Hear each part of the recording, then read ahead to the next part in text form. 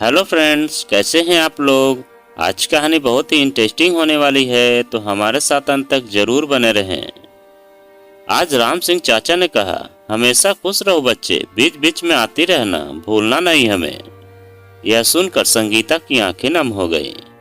अपने आंसू उन्हें कैसे दिखाती, जिन्होंने इस पर पिता की तरह सदा ही सिर पर हाथ रखा था और पैर छूकर विदा ले ली और अपने करियर की ऊंचाइयों के सफर पर निकल पड़ी। ओ, आज तो 8 घंटे, पूरे 8 घंटे बिताने हैं, जो आसान कतई नहीं है। माँ के लिए एक कॉमेडी मूवी लगाया और बेटे के लिए एक कार्टून मूवी, और खुद मैं अपने ही जीवन के पुराने दिनों में खो गई। जब मैं इंटर की पढ़ाई कर रही थी, तभी सिर से पिता का साया उठ गया था। 2 छोटे भाई, माँ और संपत्ति के नाम पर घर के अलावा कुछ नहीं था। मैं पढ़ाई करने में अच्छी थी। गली मोहल्ले वाले ट्यूशन के लिए अपने बच्चे भेजने लगे। कुछ तो अपने बच्चों की शरारतों से निश्चिंत होना चाहते थे, तो कुछ का मकसद उसके परिवार की मदद करना भी एक उद्देश्य था। इतनी कम ट्यूशन फीस से कितने पैसे आते भला। कॉलेज की फीस का ही इंतजाम हो पाता था। किशोरावस्था के बढ़ते बच्चों की और भी आवश्यकताएं होती हैं। माँ ने मोहल्ले के ही कपड़ों की दुकान पर नौकरी कर ली। घर और बाहर कड़ी मेहनत करती। माँ ललिता जी के मुख का तेज मलिन हुआ जा रहा था। यह सब देखती संगीता जाने कैसे खुद को अभिभावक समझने लगी थी। छोटे भाइयों पर अंकुश रखती और माँ की चिंता करती। उसने मन ही मन तय कर लिया था कि पहली नौकरी मिलते ही माँ को आराम दूंगी। सब अपने स्कूल और कॉलेज में अच्छा कर रहे थे। उसे अच्छी तरह से याद है, बीकॉम फाइनल ईयर का आखिरी परीक्षा। दोनों भाइयों को उनकी स्कूल बस में चढ़ाकर जब कॉलेज के लिए बस में चढ़ने लगी, तब ध्यान आया कि अपना पर्स तो घर में ही भूल आई है। चुपचाप बस से उतर गई। कॉलेज काफी दूर था। घर वापस जाकर कॉलेज जाना संभव नहीं था। परीक्षा भवन बंद हो जाता और इस तरह उसका पूरा साल बर्बाद हो जाता। क्या हुआ बिटिया, बस से क्यों उतर गई? राम सिंह ने बस स्टॉप के पास अपनी पान की दुकान से बैठे बैठे ही आवाज दे रहे थे। वह मैं पर्स घर पर ही। आंखों से बड़ी बड़ी बूंदें बरसने लगी। बात पूरी ही नहीं कर पाई।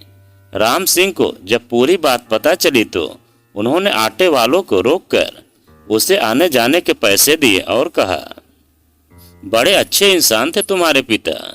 अगर तुम्हारे किसी काम आ सका तो उस लोक में उन्हें अपना मुंह तो दिखा सकूंगा। जा बिटिया, अच्छे से परीक्षा देना, सब ठीक होगा। सचमुच चाचा जी का आशीर्वाद उसके काम आ गया था। उसने यूनिवर्सिटी में प्रथम स्थान प्राप्त किया और साथ ही कैंपस सिलेक्शन से जॉब भी लग गई। तभी से वह हर काम राम सिंह चाचा के आशीर्वाद से ही शुरू करती। नौकरी लगते ही उस दिन भी उनका आशीर्वाद लेकर घर पहुंची थी, तो मौसा जी को माँ से बातें करते सुना। घर की बड़ी बेटी है संगीता, उसका रिश्ता समय पर कर दो। रोज रोज नहीं आते ऐसे रिश्ते। मौसा जी अपने भतीजे के लिए उसका हाथ मांग रहे थे।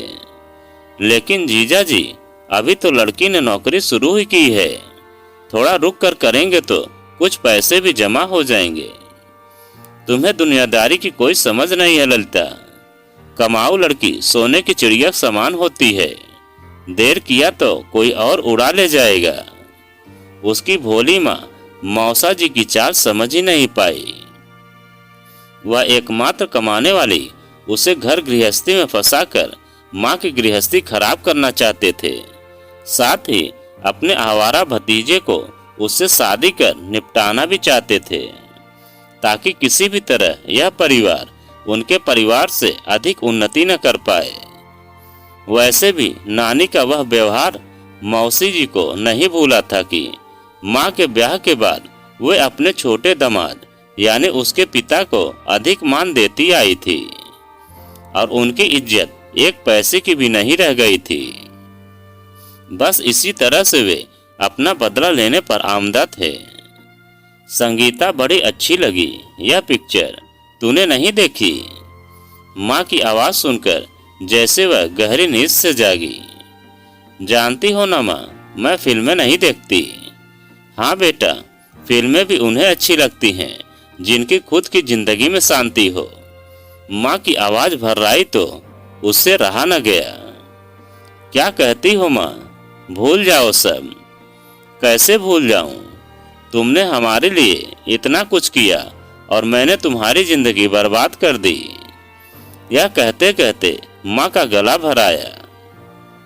अरे बहुत बढ़िया जिंदगी है मेरी। तुम हो, आदित्य है, और साथ में इतनी बढ़िया नौकरी। खुश रहने के लिए भला और क्या चाहिए? यह कह कह कर वह आदित्य से बातें करने लगी और ललिता जी भारी मन से अतीत के गलियारे में खोती चली गई। संगीता की शादी के 3 साल बाद राहुल को बैंक की नौकरी लग गई थी। तब छोटे भाई दिनेश को पढ़ाने की जिम्मेदारी उसने अपने सिर ले ली। जीवन ठीक ठाक चल रहा था जब तक दिनेश के इंजीनियरिंग प्रवेश परीक्षा का रिजल्ट आया था। दिनेश को राज्य के टॉप कॉलेज में एडमिशन मिला था। एडमिशन फीस के लिए उसे 60,000 रुपयों की नितांत आवश्यकता थी। राहुल के पास 10,000 ही निकले और 10,000 उन्होंने अपनी ओर से मिला दिए। ललिता जी को कुछ समझ में नहीं आ रहा था कि बाकी के पैसों के लिए किससे कहें।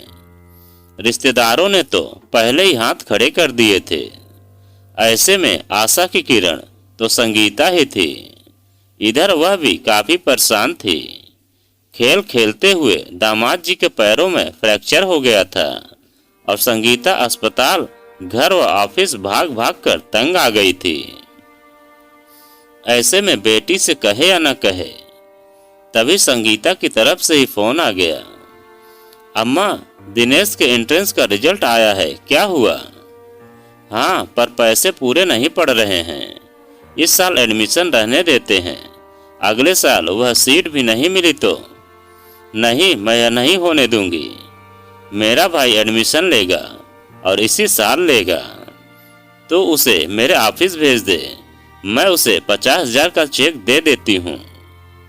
और उसी शाम वह हमेशा के लिए ससुराल छोड़कर अपने घर वापस आ गई थी। उसके कानों से लगातार खून बह रहा था। कई दिनों तक अस्पताल में रहना पड़ा, तब जाकर उसके सुनने की शक्ति वापस आ सकी थी। बहुत पूछने पर ही उसने बताया कि बैंक मैनेजर ने वेरिफिकेशन के लिए पति को फोन कर दिया था कि ये रकम सचमुच निकालना चाहते हैं या किसी और ने। खैर, अपनी ही कमाई के पैसे को खर्चने की सजा पाई थी, वह भी उस वक्त जब वह अस्पताल के बिस्तर पर पड़े पति के स्नेह से वशीभूत खाने का निवाला उसके मुंह में रख रही थी। तभी उसने फैसला कर लिया था कि अब वह ससुराल में कभी कदम नहीं रखेगी। सवाल एक थप्पड़ का नहीं था, सवाल उसके आत्मसम्मान का था। दिन रात की मेहनत, भाई की फीस तो एक माध्यम मात्र था। अब वह उस घर से आजाद होने के लिए तड़प उठी थी। 1 साल के आदित्य को गोद में उठाकर वह निकल आई। अपने बच्चे की किलकारी और क्रंदन दोनों ही वापस सुनने में उसे पूरा 1 वर्ष लग गया था। घरेलू हिंसा के नाम पर तलाक आसानी से मिल गया था, पर उसके जख्म अब भी हरे थे। बीते दिनों की याद से द्रवित होकर ललिता जी उसके गालों को सहलाते हुए बड़बड़ाने लगी। शादी के पहले कैसा बिल्ली सा था और बाद में शेर। शेर भी ढेर होते हैं माँ, लेकिन यह क्या, तुम फिर से वही सब सोचने लगी? पुरानी बातों को भुलाकर हम लोग सुख चैन से रह सकें, इसीलिए तो दिनेश ने विदेशी कंपनी ज्वाइन की और तुम। क्या करूं मेरे बच्चे, तेरा दुख, वह देखो स्टैचू ऑफ लिबर्टी, हम लैंड करने वाले हैं, आदित्य बोला। दिनेश एयरपोर्ट पर खड़ा था। उसके साथ ही एक जानी पहचानी सी शक्ल देखकर संगीता बुरी तरह से चौंक गई। उसका सहपाठी राघव यहाँ दिनेश के साथ, भला कैसे? कोई सवाल जवाब नहीं दीदी। मैं जब से यहाँ आया हूँ राघव भैया ने मेरी हर तरह से मदद की है। इतना ही नहीं, वे तो कब से आपकी राह देख रहे हैं। उन्होंने ही आपका जॉब ट्रांसफर कराया है। तुमने दिनेश का सहारा लिया। राघव सीधे सीधे मुझसे भी तो कह सकते थे। कब कहता? तुम्हारे लायक बनने की कोशिश कर रहा था। पैरों पर खड़े होने के बाद तुम्हारी शादी और उस दुर्घटना की बात पता चली तो सामने आने की हिम्मत ही नहीं हुई। और तुम छोटे मियाँ, तुम्हारी मिली भगत है इसमें। संगीता ने दिनेश के कान पकड़े। अरे दीदी, नहीं नहीं, कान नहीं। सहसा संगीता को अपना कान ध्यान आ गया तो वह फिर से सहम गई। सारा दर्द भूल पाना आसान तो नहीं था। माहौल की गंभीरता देखकर राघव बोल उठा, इस बेचारे की क्या गलती है? इसने तो मेरा काम आसान किया है। यह कहकर राघव ने दिनेश के कंधे पर हाथ रखा, पर नजर संगीता से जा टकराई तो उसने निगाहें नीचे कर ली। उसकी पलकें जैसे लाज का पर्दा बन गई थी। कोई बताएगा मुझे कि क्या हो रहा है? ललिता जी चिल्ला पड़ी।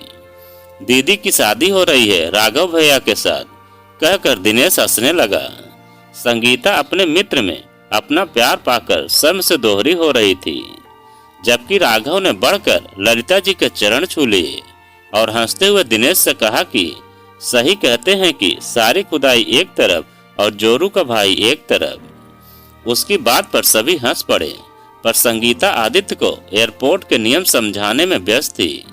जानती थी कि इस रिश्ते में बंधने से पहले उसे नए सिरे से अपने 8 वर्षीय बेटे को मानसिक रूप से तैयार करना होगा, और यही वक्त है, सबसे बड़ी जिम्मेदारी है और चुनौती भी है। राघव संगीता के मन के भावों को अच्छी तरह से समझ रहा था। भविष्य की कल्पना कर मन ही मन मुस्कुरा उठा और फिर सभी एयरपोर्ट से घर की तरफ चल दिए। तो दोस्तों, यह कहानी आपको कैसी लगी कमेंट में लिखकर हमें ज़रूर बताएं। और आप अगर हमारे चैनल पर नए हैं तो प्लीज़ चैनल को सब्सक्राइब करें और वीडियो को एक लाइक ज़रूर करें और एक प्यारा सा कमेंट हमें ज़रूर करें।